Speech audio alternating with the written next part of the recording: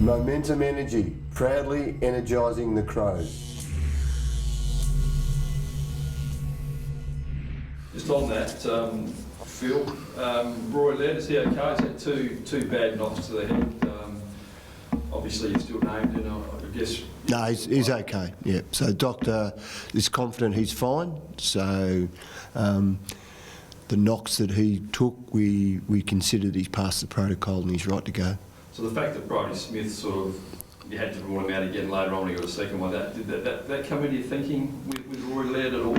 Yeah, it does, but again, I hand it over to the medical staff. They go through the protocol. We've got great confidence in our medical staff, so we defer to them, and I really don't even come into the conversations, Andrew. Should we be concerned that Brodie Smith isn't playing again this week? Yeah, well, I think any time there's a concussion, we all have a concern now. So we'll make sure that he's right to go.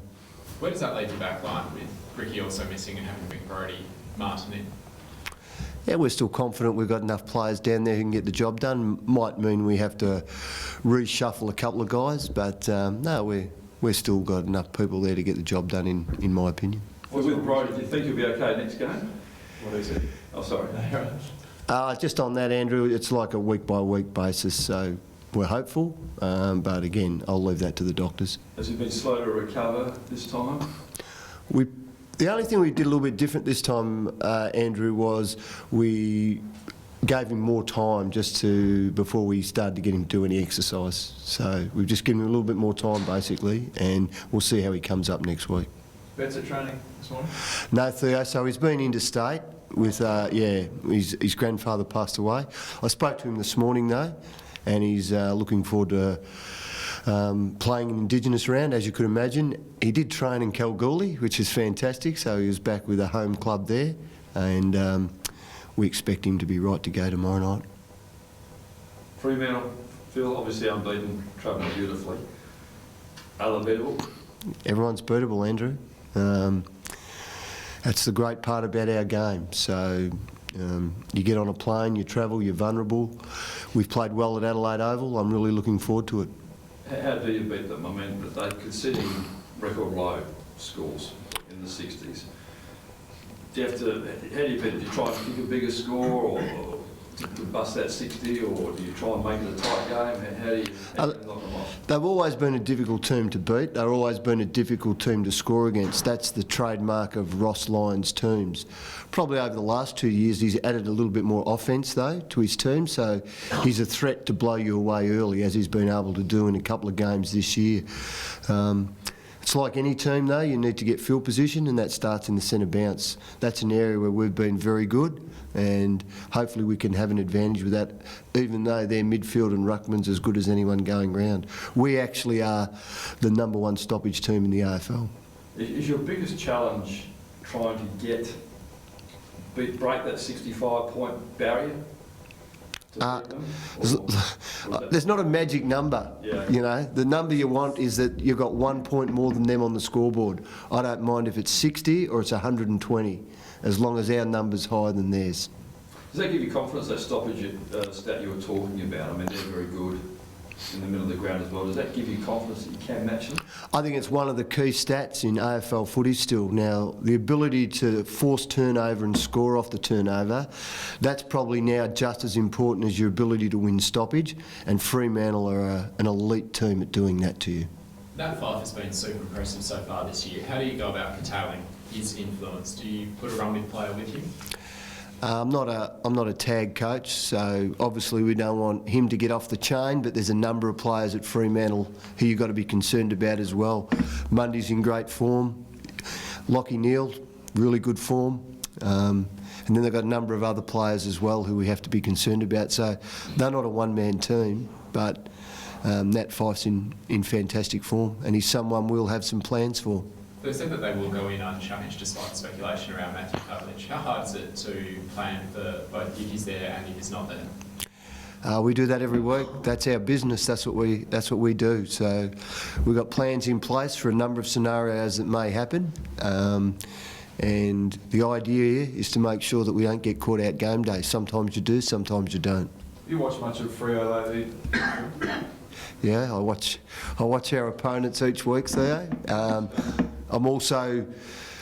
Fremantle's a team I always watch as well. So no matter whether we're playing them or not, I always have a look just to see what Fremantle are doing because they've been the leader in a number of areas that I rate highly. From your time at West Coast and then again here, have you noticed a shift in their game at all? Because it seems like the games that they've won, their tackle numbers are considerably lower than the AFL average. So it's almost like, because they don't encourage a lot of stoppages, they corral teams to slow them down. Have you noticed that at all? Yeah, over my whole journey I've noticed that the tackle number, people get obsessed with it, but there's tackling and there's tackling. The thing that Fremantle are able to do is they bring a level of pressure that may not be reflected in their tackle numbers. They are still a high pressure team though. And not surprisingly, teams don't want to get into a big stoppage game against them either because of their ruckman. So that also affects your ability to tackle. But if you think you're coming to have a easy game against Fremantle, you're kidding yourself. It'll be an arm wrestle. It'll be an inside contested ball game. How do you avoid getting into a stoppage scrap with them? We're happy to get into a stoppage scrap. As I mentioned before, we're the #1 stoppage team in AFL on differential. They rank 1 for scores from stoppage, we rank 2.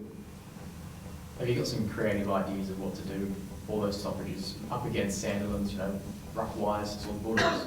Be pretty creative. Yeah, that was it. That was interesting, wasn't it? Yeah. I'm not sure we'll go down that path, but it was interesting to watch in that game. The argument would be whether you thought that got Bulldogs back into the game or whether it actually gave Fremantle even greater advantage at stoppage. I've got my own view on that. I probably won't share it. So will this game be won with stoppages, do you think? You said you want a stoppage scrap. Is that the way you want it to be played? No, I don't want it to be played like that. Okay. But if that's how the game turns into, I'm quite happy to play that style. This game will be decided by who can hold field position. So who can actually get the ball down their end, keep it down their end and score. That's something that we've been very good at Adelaide Oval. The only game we've lost at Adelaide Oval this year was the Port Adelaide game where we actually got the ball down our end, held it down our end, but unfortunately weren't able to score. So that'll decide this game tomorrow night. How much are you looking forward to going head-to-head with Ross Lyon? I know you're an admirer of his. How much of that battle do you look forward to as well? Yeah, it's not about Ross or myself. We often kid ourselves that the coaches have a great determination of the outcome of the game. It's the players and how they execute what they've been trained to do over pre-season. It's not 1 or 2 trick moves that a coach makes in a coach's box that actually wins or loses a game of football. I've admired what Ross Lyon's done. His record speaks for himself, but this is about 2 footy teams, not 2 coaches tomorrow night. A couple of weeks ago, Phil, you were talking about not only winning, but winning with a certain style. Even though the results haven't gone your way, are you seeing any of that style that you want? Yeah, look, even last week, apart from the first 8 minutes and probably the last 10 minutes of the third quarter, there were elements of our style that I was really happy with, and we actually saw some really good ball movement, albeit GWS defend completely different than how Fremantle defend. So some of that ball movement that we saw last week is more difficult to get against Fremantle. But I was really disappointed we lost last week. I was really disappointed how we started the game, but there were elements in that game that actually showed to me that the guys are on the right path, and we can match it. I actually think GWS, when the season finishes, is going to be one of the stronger teams in the competition. You address your slow starts at all during the week? We have spoken about it. It's one of those things that self-perpetuates itself as well. Yep. Good start's really important, but like I said the week before, finishing the game's really strong is important as well. We don't want to give a team, though, a 34-point start. That just makes it very difficult, particularly against a team like GWS, who I rate highly. Last couple of nights, with 5, you mentioned you're not a tag coach, Yep. obviously you've used the word caller Yep. before. So how do you, this is the best player of the game right now. So how do you cope with him tomorrow night? Yeah, I think I've already said this is not about stopping Nat 5. This is about beating Fremantle. Fife brings some elements, okay, that you have to be aware of, particularly his marking ability and when he does push forward. But he also gives you some opportunities, and we'll try and exploit some of those opportunities that he provides for us as well. Which is to run off him the other way, I guess. Is that what you... Wait and see tomorrow night, Andrew. The key areas of improvement from the Crows that you're looking for this week? Yeah, we need to be consistent. So I want to play 4 quarters. It's as simple as that. We need a number of players, though, to win their position. Last week, we probably only had 6 players who I felt won their position. That's not going to get the job done against a good team.